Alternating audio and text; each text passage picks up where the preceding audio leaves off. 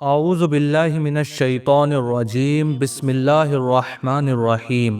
شروع اللہ کے نام سے جو بڑا مہربان اور نہایت رحم کرنے والا ہے۔ السلام علیکم میرے عزیز دوستو، آج ہم آپ کو ایک ایسے واقعے کی سیر کرانے جا رہے ہیں جو نہ صرف دل کو چھو جاتا ہے بلکہ روح کو بھی جھنجھوڑ دیتا ہے۔ یہ ہے واقعہ امام حسین رضی اللہ تعالی عنہ کے سر مبارک کا اور ایک عیسائی پادری کا وہ عمل جو تاریخ کے صفحات میں سنہرے حرفوں سے لکھا گیا۔ تو چلیے چلتے ہیں کربلا کے اس میدان کی طرف جہاں حق اور باطل کا مقابلہ ہوا اور جہاں انسانیت کے لیے ایک پیغام چھوڑا گیا۔ 10 محرم 61 ہجری، کربلا کا میدان۔ یہ وہ دن تھا جب امام حسین رضی اللہ تعالی عنہ رسول اللہ صلی اللہ علیہ وسلم کے پیارے نواسے نے اپنے 72 وفادار ساتھیوں کے ساتھ حق کے لیے اپنی جان قربان کر دی۔ ان کی شہادت نے نہ صرف اسلام کو زندہ رکھا بلکہ ہر اس شخص کے لیے ایک مثال قائم کی جو ظلم کے خلاف آواز اٹھانا چاہتا ہے۔ لیکن آج ہم بات کریں گے ایک ایسے لمحے کی جب امام حسین کا سر مبارک یزید کے حکم پر کوفہ کے شام کی طرف لے جایا جا رہا تھا۔ راستے میں ایک ایسا واقعہ پیش آیا جو آج بھی ہر سننے والے کے دل میں نور بھر دیتا ہے۔ ایک رات جب یزید کا لشکر سر مبارک کے ساتھ سفر کر رہا تھا، وہ ایک مقام پر رکے جہاں ایک پرانا گرجا یعنی کہ پرانا چرچ موجود تھا۔ اس گرجے میں ایک عیسائی پادری رہتا تھا جو اپنی عبادت اور علم کے لیے مقام میں مشہور تھا۔ جب اس نے لشکر کے پاس امام حسین کا سر مبارک دیکھا تو اس کا دل کانپ اٹھا۔ وہ سر مبارک جس میں رسول اللہ صلی اللہ علیہ وسلم کا نور جھلکتا تھا، اس کے چہرے پر ایسی روحانی چمک تھی کہ پادری حیران رہ گیا۔ تاریخی روایات کے مطابق اس نے سر مبارک کے پاس جھک کر دیکھا اور اپنے دل میں احساس کیا کہ یہ کوئی عام شخص نہیں ہو سکتا۔ اس نے اپنی کتابوں یعنی انجیل اور دوسرے مذہبی نسخوں کے حوالے سے پہچانا کہ یہ وہی شخصیت ہے جن کا ذکر ان کی کتابوں میں بھی آیا تھا۔ پادری نے یزید کے لشکر سے گزارش کی کہ میں اس سر مبارک کو ایک رات کے لیے اپنے پاس رکھنا چاہتا ہوں، میں اس کی حرمت اور تقدیس کرنا چاہتا ہوں۔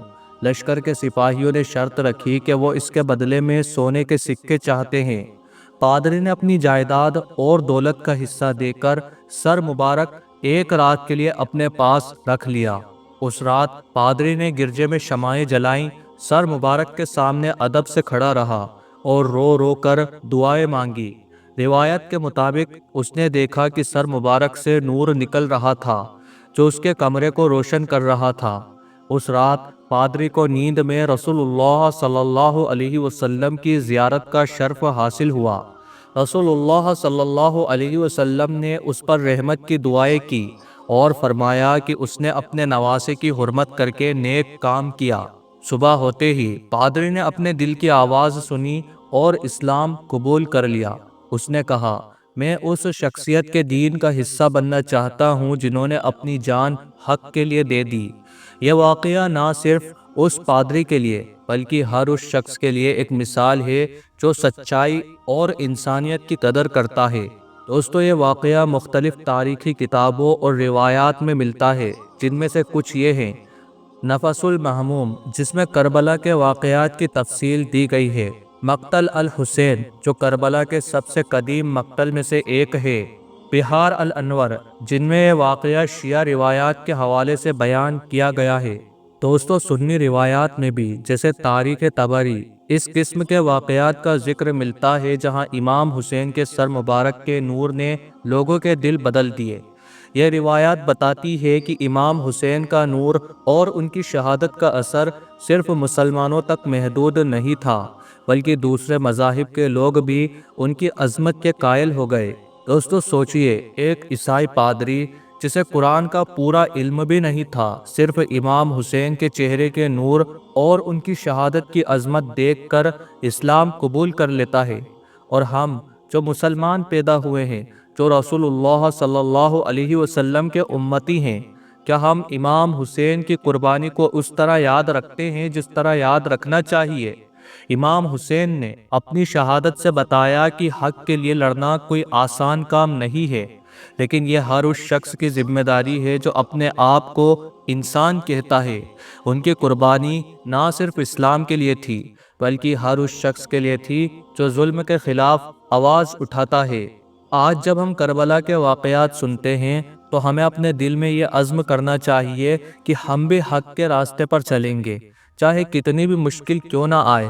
اگر آپ کے دل میں بھی امام حسین کی محبت ہے تو اس واقعے کو شیئر کریں، کمنٹ میں لکھیں لبیک یا حسین، اور اپنے دوستوں اور اہل خانہ تک یہ پیغام پہنچائیے۔ یاد رکھیں، حسین سب کا ہے، نہ صرف مسلمانوں کا بلکہ ہر اس شخص کا جو انسانیت اور حق کے لیے لڑتا ہے۔ اللہ تعالی ہم سب کو امام حسین رضی اللہ تعالی عنہ کے راستے پر چلنے کی توفیق عطا فرمائے، ان سے پکی سچی محبت کرنے کی توفیق عطا فرمائے۔ اللہ تعالی آپ کا اور ہمارا حامی اور مددگار ہو، آمین۔